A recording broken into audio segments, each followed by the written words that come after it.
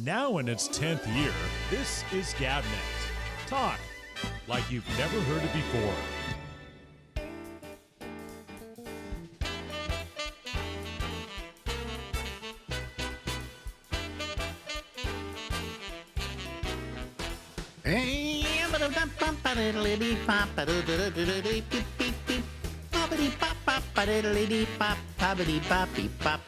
Hey, this is Alex. We're coming to you live from Harlem in New York City. And if it's 10:30 on the East Coast, it must be the Ramble. Hey, there he is, folks. That's Mike Chisholm. You've seen him before on this program. And he started by calling the Monday show, I think.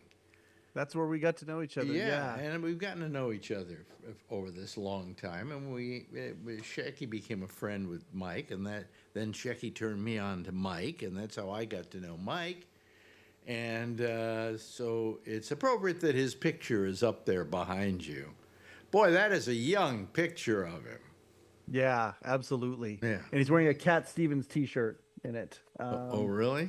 I don't know if you can see that or not, but yeah, he's holding T for Tillerman. He's holding the album T for Tillerman in it. It was funny. We were talking about San Francisco in an earlier episode where you had gone out, or Shecky had come out with the show, and you got to spend time with him and whatnot. Well, talking to Robert who hung out at my place with him was Ed Hall. Oh, cool. Who later became the announcer for the Leno show. Yeah. He was a huge part of early late night stuff in the graphics department, in the art department, things like that. And then he wanted to do some other more on-camera type stuff. He actually, I think it'd come out a couple of weeks earlier. Yeah. Because there was a thing. It's interesting that they should do it at the Palace of Fine Arts, because right across the road from the Palace of Fine Arts is the Letterman Hospital. Oh, that's interesting. And so he was taking a lot of shots of the sign saying Letterman Hospital. Yeah. Funny thing about that trip out, I have a collectible that Robert Morton sent to me. He when Morty and I started becoming friends, he knew I liked all the memorabilia and things like that. So he sent me this messenger bag. I have it in my upstairs office. It's this messenger bag, and it says The Late Show. It's The Late Show with David Letterman logo on it, and then underneath it says San Francisco 1996. Oh, really? And I thought, oh, this is really, really cool. And I said, thank you so much, Morty. I appreciate that. He goes, no, you don't understand. He goes, that's the prototype. He goes, the prototype for the trip we had all these things that we do for the crew. We take them out and do these things. And that was the prototype. And I got fired in between making the decision if we were going to go with this messenger bag or not. And when I cleaned up my office, I just took it with me. So that's the only one. That's the only one there is. So I got a real kick out of that. So that San Francisco trip that you're talking about, I actually have a piece of history from that trip. Yeah, we tried to get Morty to talk to me on this show, but I haven't heard from him back every time we. Yeah, well, he's extremely busy. I talk to him as much as I can. Now, right now, the fires are happening in LA, and I actually just before we connected, I actually sent him the Zoom link, and I sent Morty a message and saying, "Hey, if you're sitting in your home not doing anything, and you want to, on fire." And it's not on fire. Yeah, he was okay as of 2 days ago. He said that he was out of it, but the place he lived in 5 years ago in Malibu is gone, and some of these other, it's the devastation that's happening in LA is nuts. It's crazy. That's amazing. Let me just change my picture here, mainly because I'm a little out of sync. And I don't want to be out of sync. So now, let me see here. There we go. Now I'm in sync, everybody. What'd you do? Did you hit refresh? I have two different feeds, so I just go to the other feed. I can't figure out why I go out of sync. I found once if I stop the recording here and then I start it again, in other words, pause it, also that will clear it up. Yeah. Technology is great when it works, but sometimes new technology brings a whole new set of doesn't, issues. Yeah. Well, let me see here. If I stop recording, let me go back to that other Zoom panel. See where I'm at. See, folks, I'm out of sync now. Now let me pause the recording. And I'm back again, and it's still out of sync. Okay, well, anyway. On my end, it looks flawless. Like on my feed, there's nothing. Well, no, it looks absolutely this flawless. is flawless. It's the thing I'm recording, and somehow it goes out of sync, and I can't figure out why. Yeah. I got to figure out like it's funny with guests, with my men's mental wellness podcast, many of them are done in studio. Like I got a space over there on the other side of the studio where we do one-on-one stuff. We do a 2-camera setup and all that. But the Letterman podcast is all Zoom. Yeah. And I want to move to something that's a little bit that has a little more pizzazz to it, a little bit more options, but it's balancing between simplicity for people, the user friendliness of it versus the technological advantages of it. And Zoom just seems to be the easiest one of all of them. Yeah. But, it's, are we in sync now? Oh, well, no, not yet. Okay. This is in sync, so we're fine, I think, for the most part. When it processes at the end, will it process in sync or will it No. process What out of happens sync? is I go from this, the Zoom picture, and then I run it through OBS, Yes. and then it comes out the other side. But sometimes it goes out of sync, and I can't figure out why. And I tried pausing the recording, which I thought might help because it did help once before and it hasn't. But anyway, we're fine. I've got my other version of this up, so it works a little better. The only thing is your Mike Chisholm is off kilter here. Well, my mom would agree with that. Yeah, let me see. Let me try to watch this, folks, as I do this. There we go. Take that out Real-time of sync. technical troubleshooting with Alex And Bennett there right we now. go. Right there. Now, see, it's in the center now. So that's me. I love doing this while I'm doing the program. I dig that too. Like again, that's that podcast culture, the vibe that comes with it. It's a little bit lo-fi, and I think that adds authenticity for people.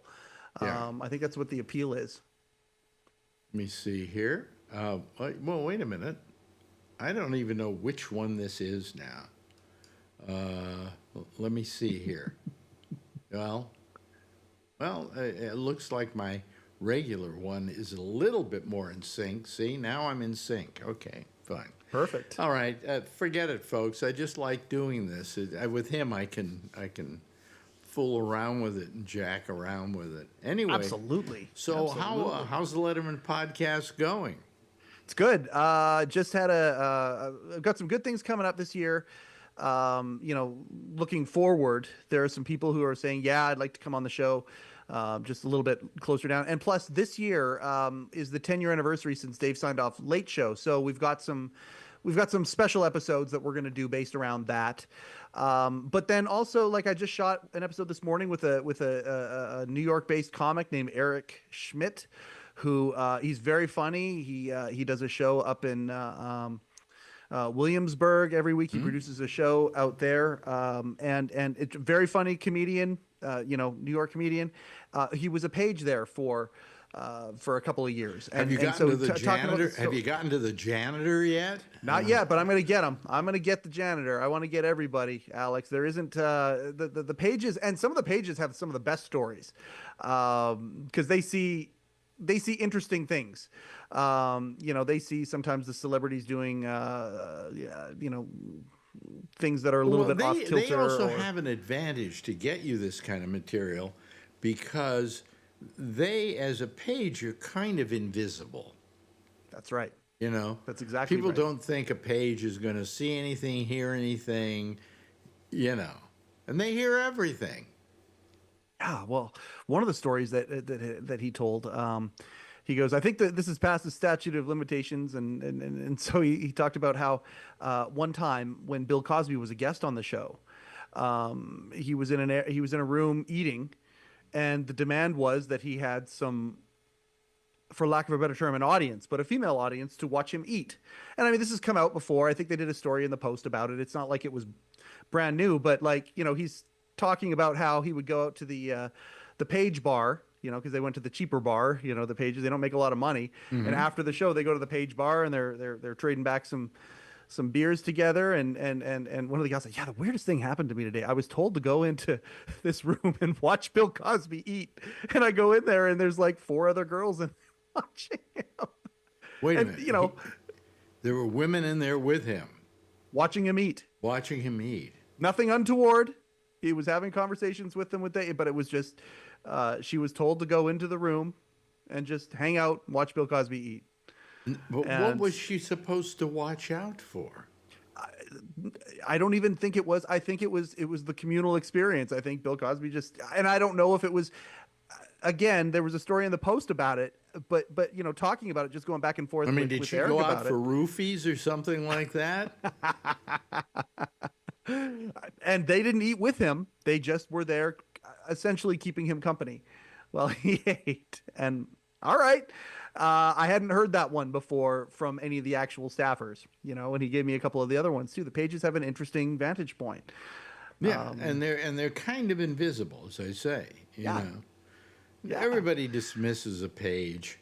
They don't. The audience coordinators. I don't think they even make them sign NDAs, do they? No, from most of the people that I've spoken with, didn't get to that place. There are a few that I have spoken with that had to make sure that they didn't break any. And I mean, our show is a celebration anyway. It's a positive. That was one of the things Rick liked about my take on it was let's just celebrate this stuff. Let's not talk about the gossip or the salacious stuff. Let's talk about the good stuff. So even if I have somebody on who might be bound by a disclosure agreement of some kind, Well, Shecky used to we tell don't me get that about way. Dave that he was a real horn dog, and that that. By the way, the Pages were a source of pleasure. People who came in, there were all sorts of different relationships and all sorts of different departments with all sorts of different people. And Yes. I this is actually, I use this example with Eric on the show. Like, okay, if you've ever worked in an office with 50 or more people, you will, if you're there for 5 to 10 years, Oh, you yeah. will see every piece of behavior possible in humanity, right? That's just how it is. It's how it is in many, many, if not most workplaces with over a certain amount of people. But when it's a show, it's splashy, it's salacious, it's got a little bit of extra interest for people, right? Because there's more higher identity or higher profile people involved. But I maintain that place was just like any family or any other workplace around when it came to conduct of in of the the early time. days, I used to hear differently.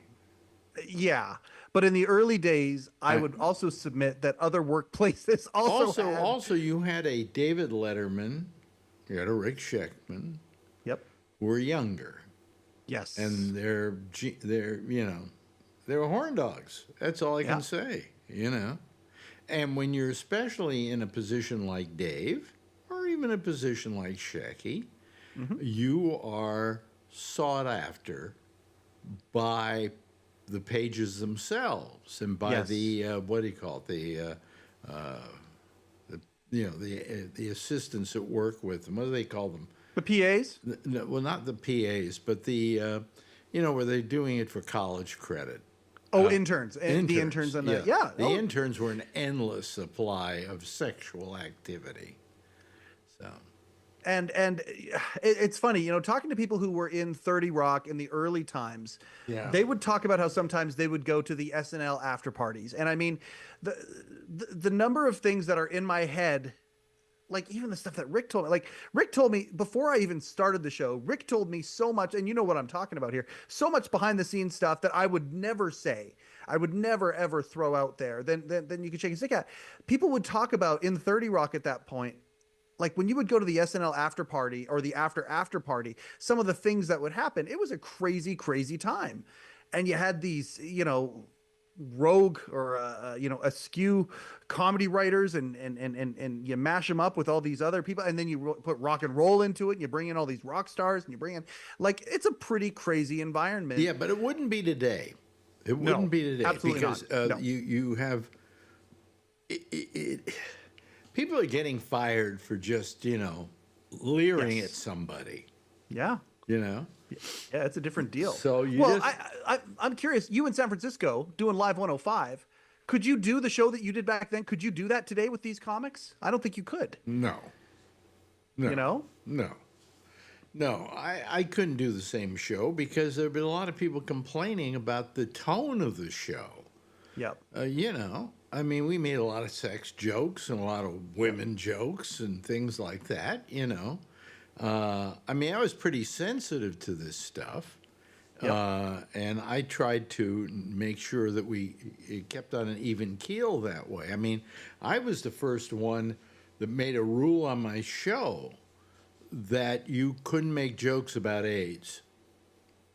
And everybody was making jokes about AIDS in those days, you know, and some comics would say why, and I explained to them that I just saw on TV last night or a couple of nights ago a guy with AIDS, and I said it's not pretty.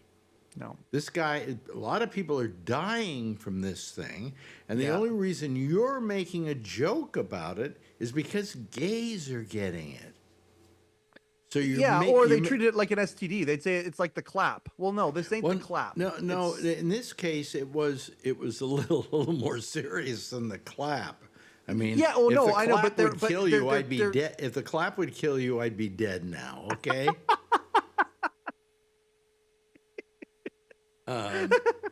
You know, it was a terrible, terrible disease. And when you were making a joke, you weren't making a joke because the disease was funny. You were making the joke because the joke was about gay people. Yeah. And I said, I don't want any more jokes about and I was the first person to do this.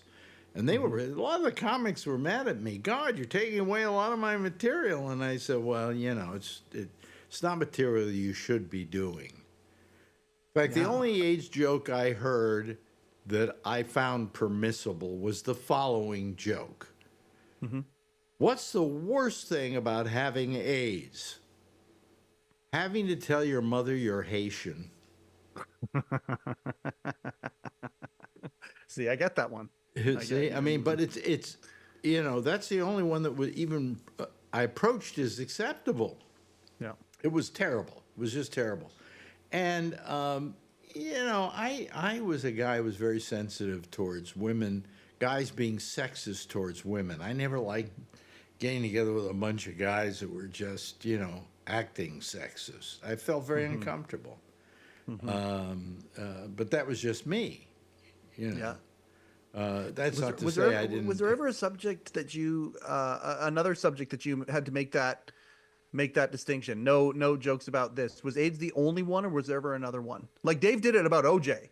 Dave said at one point, he said, I don't find double homicide particularly, humorous. And so they didn't go down that path. Whereas Leno, they went far down that path.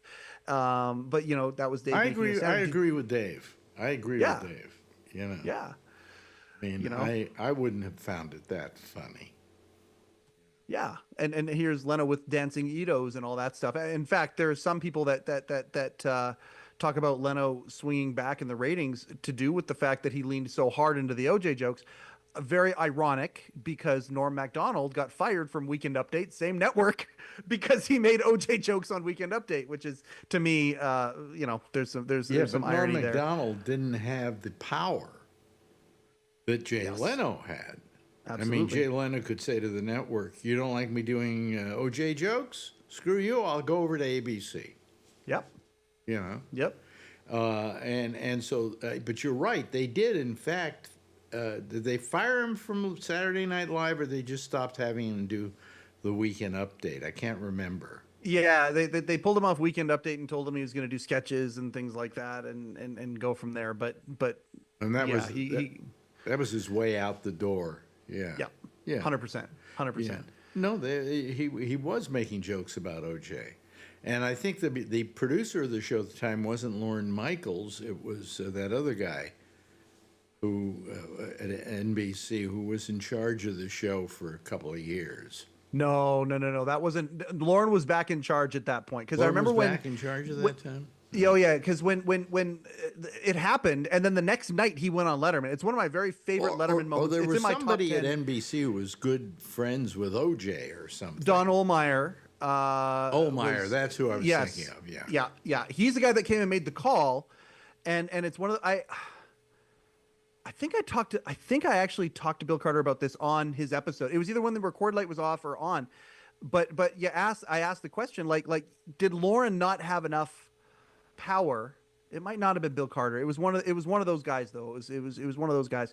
Did Lauren not have enough power to say to Don, "Hey, I like Norm. We're keeping him."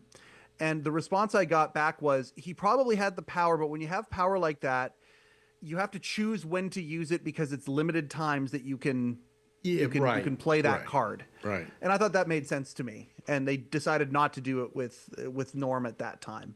Yeah. Well, it's like the old story in television. If you, when the censors come along, you write 10 jokes, and the one you want, you bury in the middle, and then you write 10 really sketchy jokes, okay? Yep. Which they'll try to censor, and you'll give up some of them so you can keep the ones you really want.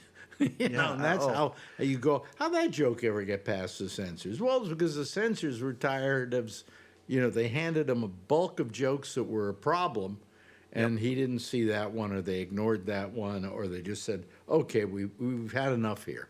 Our censorship desires have been met. That sentiment that you just described perfectly describes my youth growing up.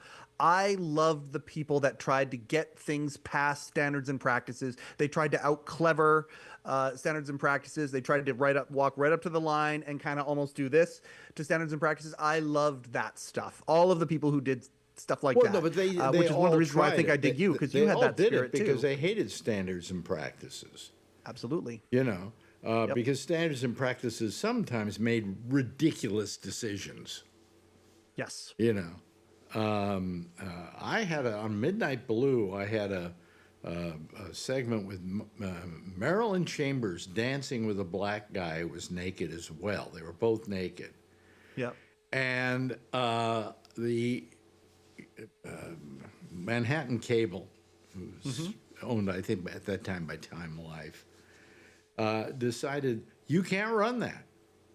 And I said, why? And they said, because the male's penis is moving and in a circle and doing stuff like that, and it's flapping around.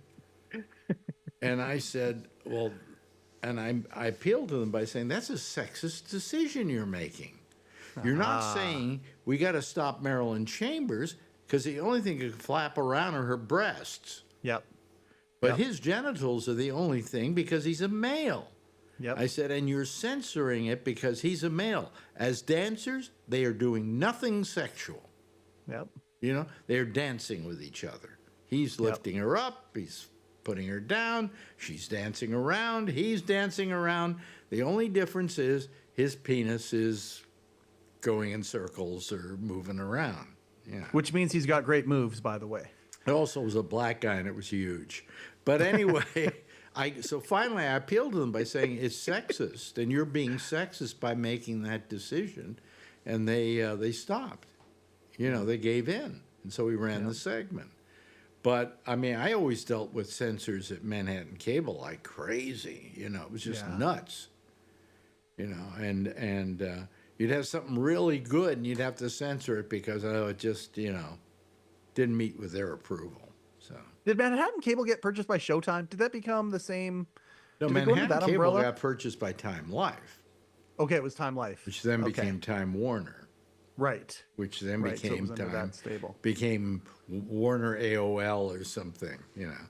I remember there's Shecky we're talking about again, telling me that he and what's his name, the who was overseeing the Letterman show for. I just got Burnett. No, I got a Christmas card from him this year. What? Oh, it wasn't Morty. It was the guy who worked for CBS, and he was the guy. Vinny. Vinny Favale. Yeah. He and Vinny Favale were standing in front of the Time Warner AOL building as it was being built, and it had the sign AOL Time Warner on the front, or whatever the company was named at that point. And Shecky looked up at it and said, you know, by the time they get this building finished, that name is not going to be on there. And he was spot on right, Yep. you know. Yep. Anyway, Oh, Rick was brilliant. Like that's the thing. Morty, he might have said it on his episode, or maybe we talked about it afterwards. But he said that we're Rick talking was about one of those Bob guys. Morton, ladies and gentlemen, who was a producer Morton. of the Letterman show at one point. Yeah. He and a couple other people writers would say this to me too. You know, we would do a piece, we'd do an extra of some sort and produce it and have it ready. And then we would be like, Rick, could you come and take a look at this for a second? And Rick would come over. Yeah, no, it's too long. Or Rick would ho hum about something. And they trusted that. There were so many people that just trusted his judgment on things, because Rick's a brilliant guy. Degree in economics. Like, he's a brilliant guy. Let's not talk how brilliant Rick was, because he's not brilliant anymore. No. Yeah. No. Anyway, hey, listen, we've run out of time here. I love really doing these, enjoy buddy. this. Thank you for this. You're so much fun to talk with, so we should do this again really soon. Let's do it. We did this because he said this afternoon, I got nothing to do. You want to do a couple of these? And I went, yeah, absolutely. You know. Anyway, I'll talk to you in a couple of weeks, and we'll see you on the Monday show as well.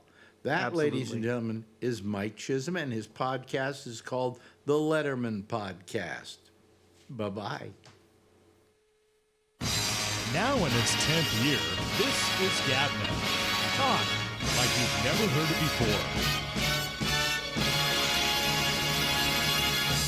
And that was, of course, our good friend up in Canada, and we enjoy him. He's really good, and I think that we should probably do him some more. Actually, if you enjoyed him and you like him, we could do it again. You know, Anyway, Mike Chisholm, ladies and gentlemen, there you have him, and we would like to have him back again. I'm going to call him and do more of them.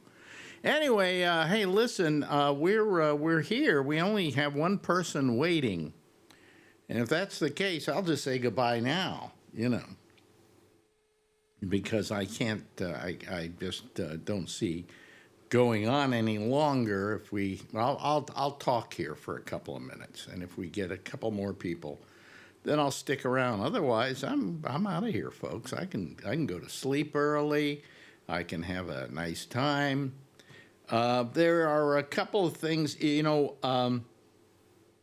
Last night, of course, we talked a lot about Trump and his whole thing with the Gaza Strip, and that he wants to acquire it. Let's put it that way. He wants to build casinos and resorts and things like that. And today they walked it back. They tried to walk it back. I mean, he walked it back, but he didn't walk it back. And that's the weird thing about it all. I mean, just walking it back.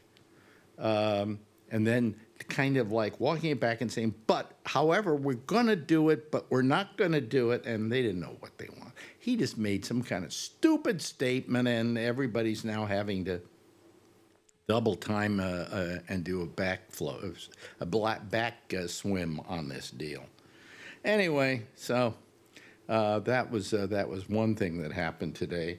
What else happened today? Nothing much else happened today, because the trouble is in the news, when I watch the news, is that he so dominates the news cycle that we can't do anything else, you know, but talk about him. I don't want to talk about him. There's a lot of stuff happening, I imagine, in the world, but I don't have access to it because it isn't on any of the newscasts I watch. Now, what I was watching the BBC News that they run on PBS, and it was, I saw some stuff there that, you know, I didn't know about, but basically it had people who, but then they said, and then back in the United States, Donald Trump, and now here's a Republican, and the Republican was there sucking his his honor's penis, as it were. Just amazing. Gee, there's nobody tonight, huh? There's nobody tonight. What is the problem here? Oh, look, there are a whole bunch of people in the chat room. I could just read them. Here we go. And now we got 2 people. Okay. Well, we got Brian Neary and Jeff Stein. Okay. That's okay. You know, I like Jeff, and I really appreciate Brian Neary. There he goes. He gets it right. Okay. Hello, Brian. How are you? Hello. Hello. Good. I'm good. Hi, Jeffrey. Hello there. Hi there. Well, you're the only 2 guys on this show. What the hell? Jeez, I didn't call one night, and now nobody calls. We couldn't even play poker here, could we? I don't know. I don't play cards. Does it take 4 people to play poker? I think you could play with 2. Really? Oh, okay. I guess. I don't know. I know. You don't play cards at all? I don't gamble. No, I don't like to gamble, except for like Super Bowl time. That's all. Well, I don't gamble. I'll tell you why I don't gamble. Because I hate losing. Yeah, exactly. Okay, so if I'm taking a chance on losing, it's terrible, you know. So I never liked gambling for that reason. I think the true gambler, the addicted gambler, is the gambler who enjoys losing as much as he enjoys winning. It's just the thrill of going through that process, you know. And it's a question of endorphins, which is the same reason that a lot of people, you know, do Dopamine, yes. Yeah, dopamine. Not dopamine, endorphins. Endorphins. Dopamine, I think, is something else. Hello, Tommy Yamaguchi. Hi. Hey there. I just got here over from a political meeting on climate, so I'm a little late. You're a political what? A political meeting on Zoom. Oh, really? Talk about the climate. Talk about the climate. Oh, okay. And you took a political beating? No. I thought you said you took a political beating. No, a meeting. A Oh, meeting. meeting. A Zoom meeting. Oh, because I was going to say, come here, we'll be happy to beat up on you. You know. No. Yeah. So what was this meeting about? Climate change? Yeah.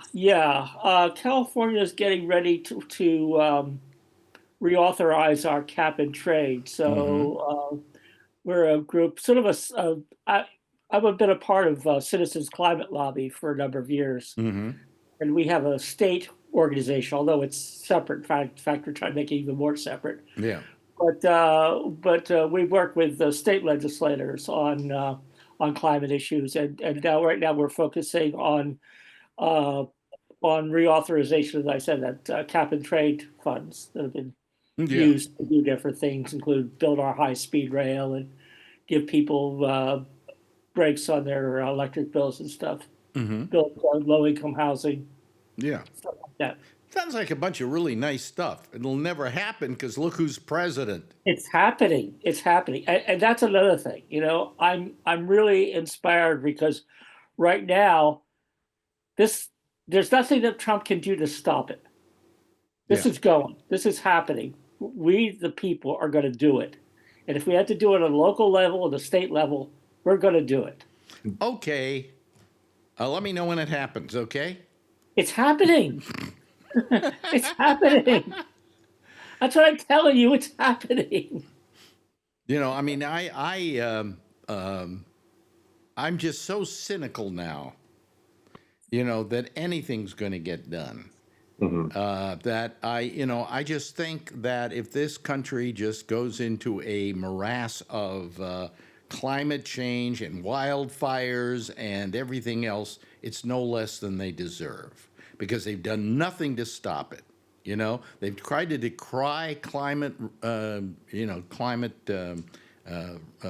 change for years now. And by denying it, all they've done is allow all this to happen. And it's only going to get worse. That's true. No matter what we do. And there are a lot of nice guys like you who get together with other people and, we're going to change it and we're going to help with climate change and blah, blah, blah.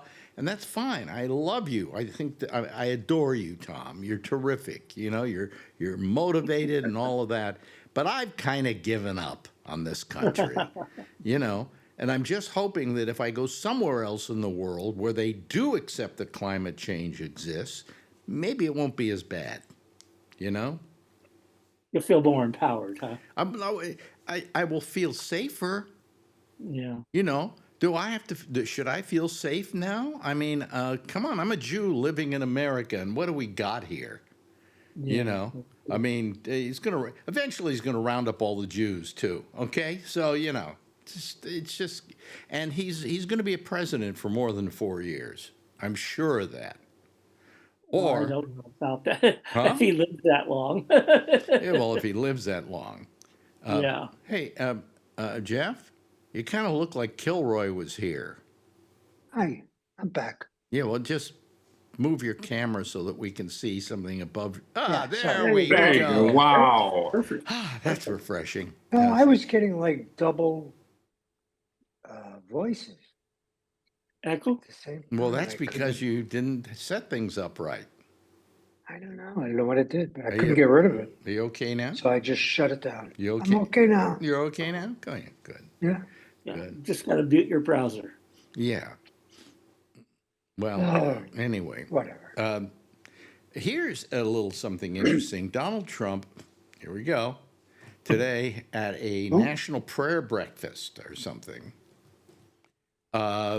said that he wanted to propose a new national park that would be a garden of heroes. Oh, he did that before. And they're going to have. Did you do That's that what, before? that was for the first term. Oh, Yeah, really? that was his proposal for the first term. Well, I think he's done it again. He's still trying to do it, huh? Well, I guess so. I mean, I saw it on the Daily Show, and I don't think they were running old footage, but maybe they were. I don't know. But anyway, I was thinking a garden of heroes. Now, who would you put a statue of in the garden of heroes? Well, nobody got any suggestions? Well, I know. I'm just trying to remember the people he was going to have Frederick Douglass and Martin Luther King. He was going to try to, and I don't know. He had a whole bunch of people that. Yeah, but Yeah. I don't remember. That was like way back in 2020 when he was talking about 2019 when he was talking about that. Yeah, I'm afraid to Einstein? say. Well, if he did it today, he'd probably put Roy Cohn in there. Oh. You know, I mean, when I heard about this, maybe this was an old piece of footage they were running, but He you could know, put you it in the can't, middle of the. He could put it in the middle of the Gulf of America. you put it in the middle of the Gulf of America, exactly. But geez, Almighty, you know, I was just thinking, well, who would I put in a garden of heroes? Well, when's he going to start working on all the economy stuff? With his plan. When is his plan going to be delivered to us? He has a concept of. Well, Desi Leidick on the Daily Show said that we already have our garden. It's the Olive Garden, and you get free breadsticks. You know. So anyway, it's it's becoming such a it's becoming. What can I call it? It's just so bizarre. We couldn't have made this thing up. And how anybody can in your second term in office, you come back in, you spend a couple of months kissing everybody's ass, making people feel comfortable with you, and then maybe you do some of these things. But not him. Not him. He just wants us talking about him every moment of every day for the next 4 years. And if that's going on, man, I am going to go loony. I'm just going to go loony. So, I don't know. Well, I've run out of my stuff for tonight. Okay, how about an obituary? You have an obituary? I do. Wait a I minute. do. It's actually from yesterday, but I wasn't on yesterday. Let me see here. But Dennis Richmond. Oh, yes. Oh, Yeah, I heard about that. Now, people don't know who we're talking about. Jeff doesn't know who we're talking about. But Dennis Richmond was a KTVU in Oakland, and he was the anchor for years and years and years. And I might add, I met Dennis on several occasions. Always a nice guy. Always a nice guy, you know. And he was probably the first black anchor in America, I would imagine. Well, not the first, but he was among the first, you know. Yeah. I'm just trying to think. Certainly had the highest rated news program, the 10 o'clock news. But I'm trying to think of anybody else. If anybody else was a black person was anchoring a newscast in the United States at the time, because you got to remember at that time television didn't have too many black faces on it, you know. Occasionally they'd make a reporter out in the street a black person, and they'd send him into the black neighborhood so he could survive, you know. By the way, if you see early pictures of him in the 70s, he had a terrific afro. Oh, did he really? Oh, yeah. His early days there. He looked great. Yeah. Well, I mean, he was, to my knowledge, I can't remember a black anchor on the news for the main newscast on a station. Okay. Now, there may be some that work weekends or something like that, but being the major anchor on the station, you know. So anyway, he died at 82, young guy. I know. Yeah. See me saying young guy? Younger. Yeah, younger guy. Younger guy. And not much older than me. Huh? Well, about 6-7 years. Yeah, yeah. That's not much. Yeah. How old are you now, Jeffrey? I will be this year 80. 80. Oh, okay. All right. Well, if I just put the brakes on, you'll catch up to me. That's right. You know. I don't want to do that. So. Yeah. Anyway, you know, I mean, anybody else die that we know of? No, I guess not. But you know what I find is you reach 85 and there so many people around you die, you know, and the only reason I see them die is because I live this long, you know. But I mean, whether it's you know, whether it's a TV broadcaster in San Francisco that I used to watch every night, or whether it's some other showbiz personality. A lot of the show business personalities are going. Mm-hmm. I'm getting to the point where I have to look up and see if somebody's alive or dead. Yeah, that guy, one of the guys who helped me build my cars years ago, he passed away about 5 years ago. But yeah, when I would see him, that's all he would talk about, because he came from Pittsburgh, California, and you know, small town, and he knew everybody there, and you know, every time I'd go talk to him, he just kept telling me everybody who kept dying around him.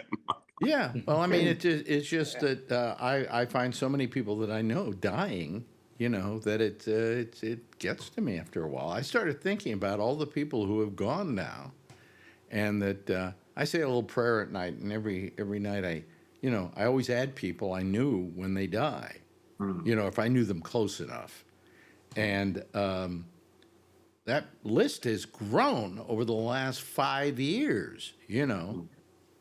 And it doesn't make you feel very good, you know. I really wish, you know. Well, I don't want to die before them. I'm not saying that. You know, I mean, I don't like the option. Okay, you know. Oh, here comes Alan. Finally, why are you so late, Alan? I'm sorry, please. I was eating dinner. No, it was okay. The show was going great without you. But anyway, Okay. Welcome to the program. No, it's good. Yeah, and I think it gets weird because you know, when you're growing up, you think people like around your age or something, and then you see them now, and they're like, some people is really old. I'm trying to think. When I was a kid, was there any friend of mine who was a kid my age when I was a kid, let's say up to 15, who died? And I can't remember any. Where I know one for mine. Do you know one from yours? Yeah, but I know a lot of I lived in the street, you know, a house, all the houses. and I knew all the guys and the girls, Mhm. and we would play baseball right on the street and stuff like that. And most of them are still alive, but one of them I know who died. Yeah. And it was it. Cancer. How old were you when that person died? Um, I would say probably 75 or something like that. You were 75? No. He was 75. Then wait a minute. Back off. I was saying when you were a kid. Oh, when I was a kid, well, I knew him from when he was No, I know 5 you years knew old. him when he was a kid, but I'm saying somebody who died back then when you were a kid, like before you were 15. Yes. Did you Oh, have anybody no. die? I have an example. Okay, you have an example? No, yeah, my best friend in elementary school, and then going in junior high school, and then going into Yeah. high school. A little in high school, we sort of separated, but then he got this rare blood disease. Ralph Bernushka, he was like the kicker of the Chargers. He had it. I know what it was, but I would go visit him, my friend, and he would have one of those rubber bottle water, that they fill like with hot water. Yeah, a water bottle, they call Yeah, it. Yeah. and he would sleep with that boiling water. He would sleep with that, like, huddled around him, because he would get so cold. So he'd be in the summertime and he'd wear like 4 or 5 jackets because his body temperature was just so cold. But yeah, then he passed away. I left right after high school. I left for a month to Illinois, and I came back. When I came back, geez, I just happened to have the newspaper open, and I saw his name in the obituary, and then I called his family right away. Yeah. That Well, was but when you're younger, that doesn't happen that much. My mother used to say that when you're a kid, your biggest social function are birthday parties, and when you're old, they're funerals. They say, they say you get older and you go to less weddings and more funerals. That's right. That's right. Is there a difference between a wedding and a funeral? Oh, Not in some cases, no. Yeah. 4 weddings. 4 weddings to each funeral. Yeah. Hello there. Have you done something to your look, and is that for a part? I got a haircut. You got a haircut. And I'm not wearing my glasses. Here. Oh, okay. All right. There we go. Now you look Ray. normal. Now it looks like Ray. Why don't I wear my glasses more? I thought, God, who's this I'm not old wearing- man? I don't need. I realized I don't need to wear them all the time. I can see fine good enough. Yeah. Same here, but You got your T-shirt on. Anyway, back. let's see, who was the first person I ever knew? It was a friend of mine who died. I think it was my friend, and I'm trying to remember his first name now. Barron. He was black, and he was the guy. I always tell the story about this guy that when I came back from the Navy, I went over. I remember this story. I went over to see him, and we got together, and he said, "I can't see you anymore," because before I went into the Navy, there wasn't a lot of the things that were happening in the black liberation movement. But then when it was after that, and he had dinner with me, and he said, "Listen, I got to tell you something." He says, "You're my best friend, okay? And I love you dearly, but I can't see you anymore." And he said, "Because the way things are going, there's a war on between blacks and whites, and I have to take a side." yeah. And I always hated racists for that they robbed me of my best friend. Your friend. Okay. And then shortly after that, he was out in a boat in the bay, and it tipped over and he drowned. So that's the first one I remember dying. Okay. And then it was quite a few years. Then years later, I had a friend who we were in business together. What I did is I found out that they had these posters from the various places in San Francisco where they would do music, music venues. And I got a hold of my cousin's husband, Victor Moscoso, who was the artist who did a lot of posters for The Matrix. And I said, well, why don't we get a bunch of these and why don't we sell these things? Because nobody was selling them in those days. Because you say to somebody, want to buy a poster? And they go, what? They're free, aren't they? You know. So we bought up, I think, 4,000 of them, I think. And this friend of mine and I, he was kind of a business guy, and we got together and we bought 4,000 of these things and tried to sell them. And I think we unloaded a bunch of them to a store called Corvettes in those days. But then we moved to New York, and the next thing I heard about him, he had been murdered. Wow. And he had been murdered by mobsters because they wanted to get even with his father. Oh, That one that was the big one. That was the real big one, you know. And then after that, every now and then some people died that I knew of, you know. I mean, I knew John Lennon, he died. These are people I knew peripherally who died. And then all of a sudden, as I've gotten older, a lot of them die, you know, so. I don't want when I was 16, one of my best friends died of leukemia that I'd been friends with since I was like 6 years old. Lived directly across the street. That was super traumatic for me. That had to be. Yeah, it was terrible. And he died this long, painful death. Yeah, it was awful. Please, please don't scare me. I have leukemia. This is a childhood leukemia. Yeah. Terrible. Yeah. So I had a similar thing when I was 16. I broke off with a girlfriend because she was doing all my friends. And we broke up. And this wasn't a matter of her killing herself. No. Oh, okay. 4 weeks later, anybody that breaks with you, usually most people that break up with you don't kill themselves. They just kill themselves when they start going with you. That's Absolutely. It. Yeah. Okay. So she broke up with me, and she was with her new boyfriend, and they were going up Highway 680 in the rain, and he lost control, and the car flipped about 20 times, and they both died in the car. Neither one of them were wearing seatbelts. The driver got ejected out onto the road through the window, and she was still in the car, but and that was traumatic to me at 16. Yeah. That's awful. I'm not a big seatbelt guy. Really? No, Really? I'll tell you why. I grew up at a time when there were no such thing as seatbelts. You didn't get seatbelts in cars. No, I didn't have. You know, you just hoped that the windshield was flexible enough that you could go through it and be okay. You know.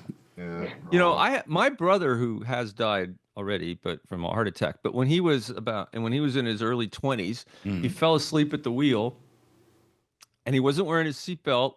Luckily, he was not wearing his seatbelt because the car bounced off a tree. It threw him out onto some really soft grass. All he did was break his leg, and the car like split in two and caught on fire and everything.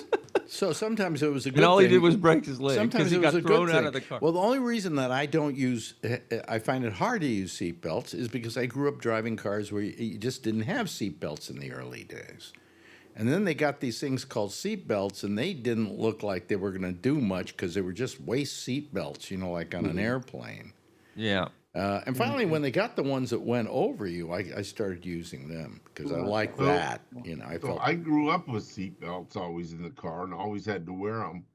But when I was a police officer, you tend not to wear a seatbelt because when you go to get out of the car quickly, it's all tangled up in the equipment around your waist. Yeah. So it took me weeks of driving without a seatbelt before my anxiety level went down to where I could not even pay attention to I'm not wearing a Well, seatbelt. my question is though, didn't the Alan. police department say you had to wear seatbelts? Yeah, well, they said a lot of things, but a lot of guys didn't do it. So Yeah, like they're above the law. That's why. don't beat up black people. Yeah, Alan, that's so weird. I'm younger than you, and I remember not wearing my seatbelt for years. well, my parents made me do it. Oh, okay. When I was a kid, and so I got in a habit. Everywhere I went, Oh, I I wore a see. seatbelt. But Same here. except the police car. Well, My- I found that I'll get to you in a second here. I found the kind that go across you, the harness belts and whatever. I like them only because they did kind of make you feel more comfortable when you were driving because you didn't shift around as much in your seat. What were you going to say, Tom? Yeah, I was just saying my father actually had seatbelts put in our cars in the 50s and the 60s before they were standard. He went out and he had them installed. And so I remember my grew dad up- did that. I grew up wearing seatbelts in the car Mhm. Yeah, because my parents wanted us to. their father said, "I bought these. You got to use them." Well, no, I mean, it's like, it was just expected, like, oh, okay. So this was before Ralph Nader changed the situation with unsafe at any speed. Well, So my parents were ahead of their time. Yeah. I remember my dad installed seatbelts in the back of our Volvo when I was like 5 years old, and it was a big deal. And they had my brother and I go in the back and put the seatbelts on, and They were only in the back seat, though? yeah, Yeah. for the kids. For the kids, but for the parents, they didn't care if they went through the No. windshield. No. When you're a cop, you see a lot of people saved by seatbelts. If they're it prevents them from going through the windshield. But if they're in the car spinning and out of control, it keeps you behind the wheel or whatever. Otherwise, you're moving all over inside the car. So the statistics weigh out, unlike Ray's brother here, Right. weigh out that seatbelts save lives. Right. I wasn't trying to say that it was better. I'm just saying. Yeah, but Yes, it was, Tom. it was a freak thing. Yeah. Tom I said something. just remembered a time where I wish I was wearing a seatbelt. This is really scary. This is probably the closest time I've come to dying. On a bicycle? No, it was in a guy's car. I mean, the guy, I was working on a night shift at a job, and this was in San Diego. And so he lived close to where I live. He said, I'll give you a ride home. And we were coming, and it was like, I said, wow, he's got to go really fast. And we didn't have any seatbelts, and I was getting really paranoid. And we hit a bump in the road, and we almost went out of control. My head was hitting the ceiling of his truck. And I was going looking back, thinking about it now. It's just, boy, that was really scary. Yeah. I'm going to ask something of Neri here. Do you remember have you ever had some really old cars? Yeah, 1934 Cadillac right now. All right. Do you ever notice in some of those older cars, the what do you call the thing in the middle of the steering wheel? You honk on The horn? Horn, but it was something else. They called it something else too. But I think it was a Buick or like a little button. maybe a Cadillac. They had this thing, and then there was this raised thing that was like a spike in the middle of it. And I kept thinking, you could kill yourself in this car because if you have an accident, boom, your head goes down on the spike, you're dead. It was like a little ornamental. To clean your fingernails while you were going down the road. Yeah. Either that or you got an automatic lobotomy. Yeah. It was Yeah, the those were scary. 1950s Cadillacs were trying to be stylish and did that stuff. Yeah. Yeah. This is my hold on. Uh-oh. Are we going into your garage? Yeah, this is my new Cadillac. But this one doesn't have it. This is a 1956 Cadillac. Whoa. 1950 is your new Cadillac? Yeah, my new old. Oh, that needs some work. Oh, that needs some work. Yeah. Oh yeah. It's my new old Cadillac. Oh, wait a minute. You're gonna fix that all up, right? Yeah, that was my 57 Cadillac I built. And that was my LaSalle I built. Oh man. Wow. Yeah. And then I had my what television theme song used the word it's Archie Bunker and our LaSalle ran great. LaSalle and that's my other toy here, my McLaren. My new Ah, look at McLaren. that! I want that. It looks like one of those electric Mustangs. The Batmobile. Yeah. Wow. Well, now we've gotten to see your cars finally. Yeah. Yeah, it's pretty. Now, that's a fairly brand new McLaren, right? Yes. I hate to my ask, dream car. Now, do you pay cash for cars, or do you, do you buy them? No, I paid these off. Yeah. Yeah. Okay. All Yeah. right. Yeah. That's Wow, what you they're get when paying you you way work too in much. Silicon Valley. You make the kind of big bucks that allows you. You know, I've mentioned this to you before, and I never understood it. When I worked for tech companies, okay, you go out in the parking lot, and they're nothing but like Lamborghinis and Ferraris. And what is it with tech people and really Stock options. expensive cars? Stock options. Stock options. Yeah, but Employee And stock purchase. why waste they your said- money on waste your money on a car when you can waste your money on buying a home or doing any one of a number of things? You know, Prestige. Because when you drive one, it's my only answer I had, and I don't know that you come under this category, but everybody I knew in tech was a nerd, and Yep. I think that nerds had the desire to get a big fancy car because they could go back into their neighborhoods and go to kind of give the finger to their all the guys that used to and beat them radio up. DJs drove Corvairs, huh? Yeah. No, I drove. What I drove? Well, I drove a. I had a Datsun Z300. Oh yeah, the sports car. Yeah. Oh, I totaled one of those. Acura. You have an Acura too, right? Well, I had an Acura, but that was like driving around in a living room. That was my second car. I had two of them, that and the Nissan 300Z. But then I also, before that, I had a Mazda. What was the RX, is it Miata? RX-7? RX-7? Not RX-7. Yeah, RX-7. Oh, those are nice. with the rotary engine. They break Yeah, down. I all the told you time. before. I had in high school. I had a 1990 Mustang 5.0 5-speed, freaking fast car, and I got next to a RX-7 on 280, and he blew me away. Well, Mazdas are amazing. I had the RX-7. I wasn't a big sports car guy, but somehow I just wanted buying these sports cars. You know, I remember one time I got the Nissan 300Z, and I'm driving down the street, pretty much just after I bought it, and all the teenagers, as I'm driving by, are going, Oh my God, there's Alex Bennett again. yeah. He's gone around the block 6 times in this car. Yeah, it's crazy with the old cars you saw that I sold those already, but I built. I'd be driving those to shows and stuff, and people just run out in the middle of the street, take a picture. It's like crazy. And Well, then now the- you've kind of stripped that Cadillac, and it looks like it's kind of ready for priming, doesn't it?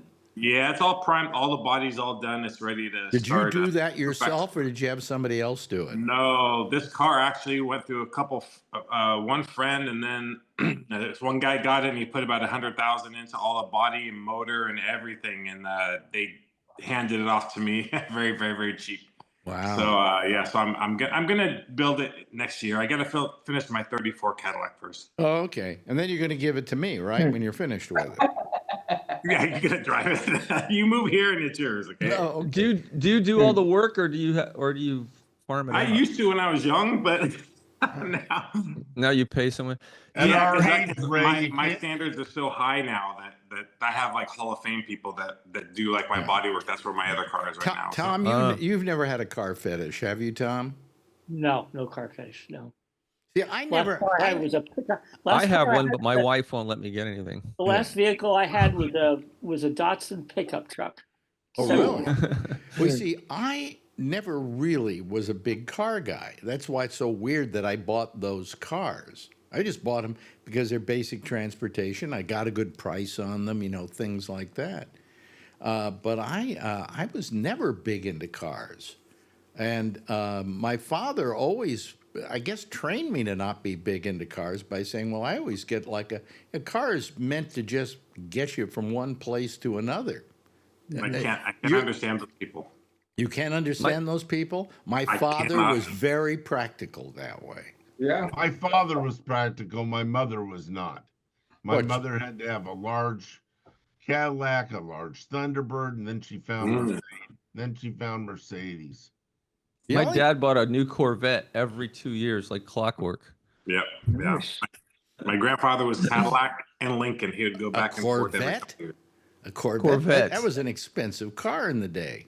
Well, I'll tell you, the later ones Mhm. were our hot rods that are incredible sports cars for a cheap price, a relatively you're cheap saying price. what? A Corvette, right?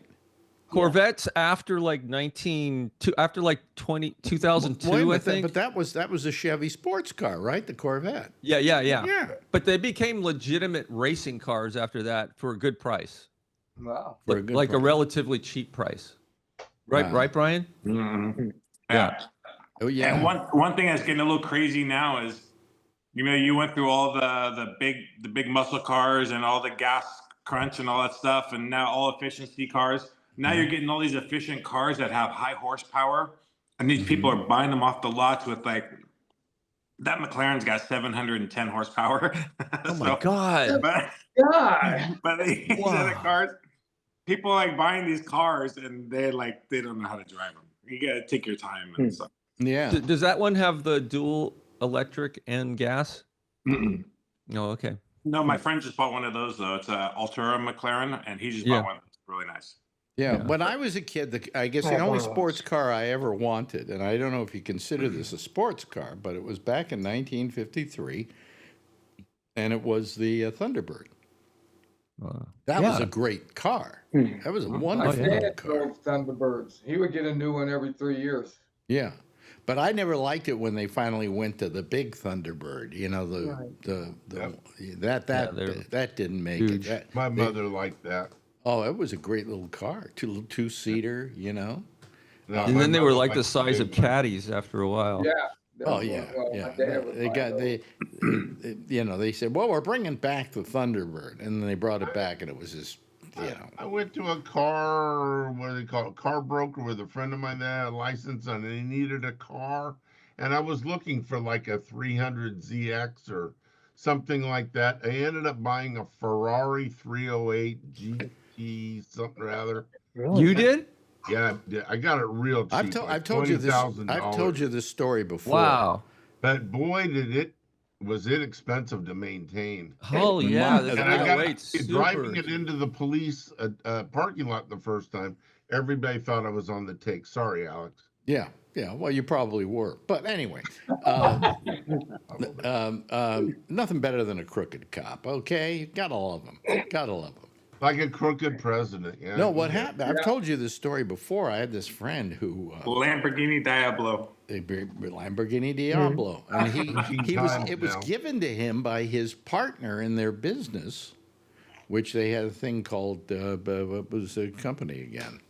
Toaster? Is it the Toaster one or the No, it was Play Incorporated. Play? And his business partner decided one day, because they got along so well and the business had gotten so good, that he gave him his Lamborghini Diablo. And so he said to me, "You want to take a ride?" Because this was in Sacramento, and we like to take rides up to Tahoe, do some gambling, come back. So he said, "Let's take a ride up to Reno in this." Okay. So we took a ride to Reno. That was the most uncomfortable car I've ever driven in my Absolutely. life. And for $250,000, I think it should be a little more comfortable. No, Totally uncomfortable. yeah, those. I think Ferraris are also very uncomfortable, but Lamborghinis are the worst. No, he I've had, never he owned had a one. Ferrari, and I rode in that, and I didn't feel that uncomfortable. But man, I don't know. My Ferrari was okay. I was a lot skinnier. I was in real good shape. We were The most recent time somebody offered to let me sit in their McLaren was a little over a year ago, but I thought you'd need to get a crane to get me out. I told you I'd put the top down first so you get in easy, but then I don't know how we're gonna get you out. Yeah, I would have had to crawl out on the ground. Lake Como. I was at Lake Como once, and we wake up one day, and there's a lot of noise of a lot of cars. I got to tell you, I don't know how many there were. I claim maybe there were at least 75 Ferraris, all driving past our hotel. There was like On those little roads. some kind of convention of people with Ferraris. Yeah, that's huge. There's just like one little 2-lane road coming in and out of there, right? Well, no, yeah, I guess. Yeah, they're small. Yeah. You know what you got to do is you buy the car, you have fun in it, and then you sell it for 4 times of what you paid for it. Oh, Huh? okay. How do you do that? Well, I bought the car for around 20, the Ferrari. Oh. I didn't really want it when I found out what it was going 20. to cost. What me to kind of maintain. Ferrari did you buy? A 308 Just one of GTS, those little toy it's cars? the car. Think of Magna PI. Magna PI. That's the Magna car I PI. bought. High maintenance, super high maintenance. Yeah, I had to get a minor tune-up. The guy wanted $2,000. I'm like, what? clutches. Now look at- clutches look at- go every few yeah. years. Oh, I don't know. I didn't have it that long. I had it 3 months. Look and at sold Tom. it He to the couldn't be Ferrari more dealership. removed from the conversation than any of us. And even I am probably closer to Tom's thinking on this. I've never been that much into cars. But, hey, if I'm going to buy one, I really love the Acura that I had, because on long rides, that was great, because that was like driving a living room. Was So, that the one very with the comfortable. vibrating butt pad? Oh, I got that. We had I got that in heating. mind. We had heated seating pads. Not vibrating. Heated is what I meant. Yeah, if So- they so that- vibrated, I that's- would have paid double. Well, Yeah. back then that was a big deal. So that's one thing my ex and I didn't really agree on. She liked going in my gold Cadillac when we would do like events and stuff like that Your with the kids. gold Cadillac? Yeah, the gold one. The gold one I just showed you the picture of. So she liked going there, but then when I bought the McLaren, she wasn't too happy. So after we broke up, I bought the second McLaren. See, that's the Just to thing. make sure everything is done. Okay, now she really hates me. Yeah, I mean, let me ask you this, because he broke up with his what do we call her? Your girlfriend? The best way to describe her? That's not what I call her now, but yeah, that's okay. Yeah, his girlfriend and the mother of his child. Okay. Yes. Okay, All right. that's And he broke up with her. Baby mama. So my question would be, when you broke up with her and she left, okay, she's gone. I left. Yes. Or you left, or whatever.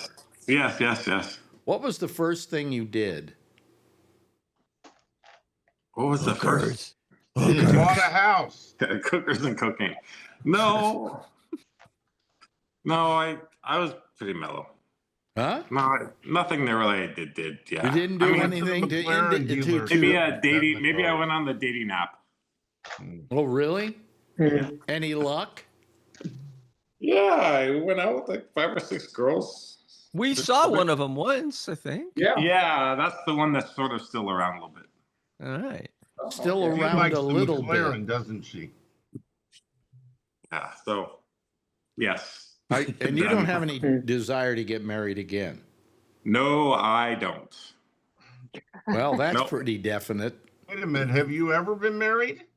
Yeah. Yeah, I was married before that last one. Yeah. Oh, okay. Somehow That was a marriage. This one wasn't a marriage, but come on, you had a kid, so you had almost a married relationship. It's just you didn't codify it legally. Yeah. There's too many bad things for me which to. is lucky for him because he Yeah. wouldn't have afforded the McLaren that's in the garage. Because there were red flags all the way through, so there was no way I was. Well, I'm telling you right now, I'm never going to get married again. Well, well, that would be illegal. Yeah. And Marjorie would kill you. Oh well, Well, sometimes. Well, if I bought a McLaren, I wouldn't be married anymore. Neither would I. Really? No, I mean, my wife would probably get rid of me. Yeah, You'd say but it's me or the car. You'd say goodbye. But you know what? You know what though? I sold one of my other cars. I sold my gold Cadillac. I sold that one, and I made a lot of money in COVID. And I told her before I was going to buy that. I was going to buy a sports car, and then even after I bought it, she was still mad. So can't please. Well, how could a she lot of be people. mad at you? I mean, you made that money. It's yours to spend. What You the know, and hell? as long as she's Yeah. you're supporting her and your daughter. She has a lot of issues. That's why. Well, The more pretty they are, the I worse got- they are I mentally. just we're speaking This as is true. guys to guys. What women do you know that don't have issues? Uh, My daughter so Well, far. your daughter so far. she will though. I know. With She's you- working on them. Yeah. Yeah. Well, no, I was talking with Bubbles, and he reminded me of a statement I had made on an interview with him that another comic thought was one of the funniest things he ever heard, and that was I said that oh, I can't remember what it is. Oh, that now what was it that I said? Oh, yeah, yeah. That at my age, I'm really not into sex anymore, so I've gotten my dignity back. And this guy thought that was just hilarious. And I said, but it's true because guys, I mean, I don't know, maybe one of you can say, well, I wasn't that way, but we think about sex all the time. I don't think a day went by that every 10 minutes it didn't cross my mind. And when I got older, I felt I didn't feel that I had to do that. And I got my dignity back. That's because your testosterone goes down when you get older. Yeah, but I mean, I'm glad it did. Jeez. Yeah. What a waste of time, Well, I had a lot of girlfriends in my 30s and 40s, so yeah, I'm happy that things have calmed down. Would you agree the same is true of you, Ray? That you? Well, he's married. No, it doesn't matter that you're married. Even when you're married, it's like my ex-wife. I would say that is a recent phenomena for me, like very recent. I mean, I don't think about it as much as I used to. Well, my ex-wife Ronnie one time said to my father, I don't know about Alex, but every time he sees a beautiful girl walking by, he looks at them. And my father said to her, when he stops, check his pulse. And I mean, I don't know if you agree with me, Tom. You seem like a more level guy than I was that way. But I think the older we get, the less time we spend with but yeah, I guess that happens to everybody. Yeah. I'll tell you though, my wife teaches exercise classes to older people who have heart problems, and there's a 92-year-old guy in there. He's the horniest person I've ever seen. Really? Oh yeah, unbelievable. And he's like after her all the time. See, there's hope for you, Alex. Well, I really don't. I'm fine the way I am. I had years and years and years and years of having a very active sex life, which kept lasting well towards 80. And I'm kind of happy the way things are now. That my life has settled down, at least in that respect. Yep. And as I say, I've got my dignity back. But Brian's got a smirk on his face, like he's not thinking the way us old folks are. No, I think the same way. When I was in my 20s and 30s, I dated every kind of girl that I wanted to. Yeah. Oh, you're good. And I went to Vegas all the time, and I got into a lot of stuff, and now I'm just like very relaxed, enjoying all this stuff with cars, and life is good. Do you masturbate looking at? Do you masturbate looking at car and driver? Yeah, sometimes in the garage. I mean, come on, rev it up sometimes. It's those caddies, man, on the wall. Yeah. Yeah. But what's nice about this? We're not talking about who. Good question. Good answer. Oh God. Yeah. Yeah. The orange Donald one. Duck. Yeah. No, right. my priorities definitely have changed, and everything is for my daughter now, and so I get to see her tomorrow, so for the weekend. So that does change you, doesn't it? Yeah, I mean that's why so this house is for sale now, so I'm gonna move back down to San Jose, and then we'll see about everything else with her, but I need to get control of her life. So yeah, does she have a room in your house that you're in now? Yeah, she has like the whole upstairs. There's like 3 rooms. Wow. Where Charlie, where I do you told you live? anytime. Jeez. Where are you living? Where are you living Oh, now? so I'm in Lathrop right now. Oh wow. Lathrop. Yeah. So now this house just went up for sale. So yeah. So we'll. I'm Didn't gonna you move back just down to buy Canada. it? How long ago did you buy it? About. Don't remind me. About 8 months ago. Is that over by Modesto? Is that where that is? Right after Tracy. Yeah. Tracy, yeah, okay. Do So you River think Island is you all think you're new going to be there. able to sell it for more than you bought it for? No, I was no. I'm just want to break even and get out.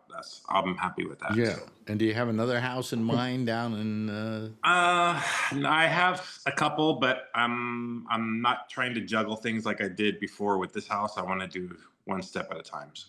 Are you still living in the same place, Tom? Oh, yeah. Yeah, that you have for all this time. Yeah. Yeah, you just moved where your computer is.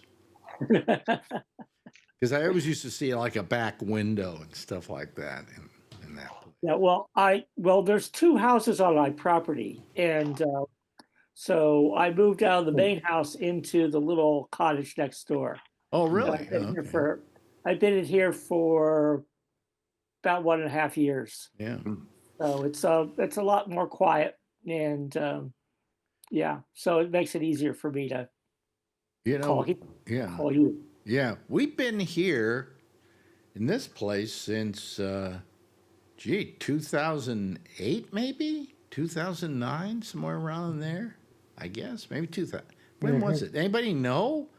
You know, amazing. Well, I moved into this property in 1981. The 2 house and property Mm-hmm. in 1981. Oh, really? Okay. Yeah. All right. The house I'm in, I bought in 1978. Oh, A really? year after I got out of high school. Okay. So that's all paid for and taken care of and all of that. And in California, do you pay taxes at all on that? I thought they. Oh yeah. Yeah, I'm paying, but some people are paying house payments for what my yearly taxes are. Paying $2,500 a year. Oh, Yeah. I'm crying for you. You know. But wasn't there a thing that went on with I can't remember what his name was, where they Jarvis Gann? Yeah, where they passed a law that nobody in California had to pay taxes on their house. No. No. Then what do I have wrong? I think when you're 75, you can defer them until you're dead or something like that. But Mm-hmm. We've had a number of initiatives about when the tax basis changes and stuff like that, but we've never had anything to get rid of them. Yeah. how long have you been in your house, Ray? Since Eichler was a young boy. 1998. So you're probably paying more in taxes than I am. Wow. Yeah, a little bit. Mm-hmm. Well, $2,500 a year in taxes isn't terrible. Oh, my next door neighbors are paying $17,000 for the same house 17,000 a year. Yes. Yeah, because the values go up so much, and then every Yeah, time they they get reassessed. They just paid Yeah. $1.9 million for the house 6 months But ago. didn't your house go up in value over the years? Sure. It doesn't matter in California. You pay it on your the basis that you Yeah. paid for basis the of house. The house. It goes up like 2 or 3%. Oh, okay. per year. All right. Yeah. See, I don't know any of this. I never bought a house. I'll tell you what happened to me, and that is, I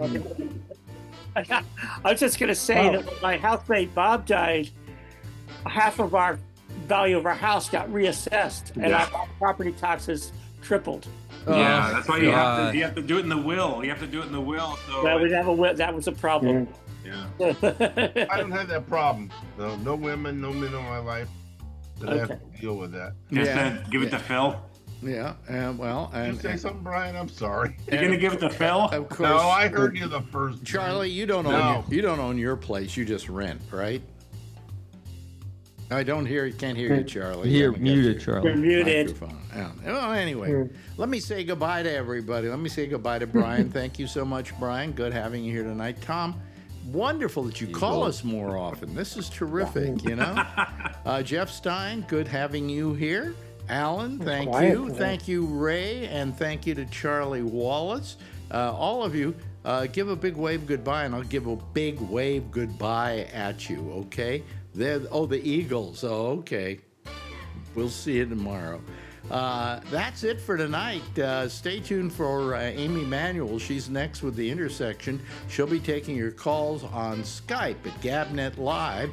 I'll see you again tomorrow night, same time, same station in life. And in the meantime, as always, if you see her, tell her I love her, okay? Bye-bye, everybody.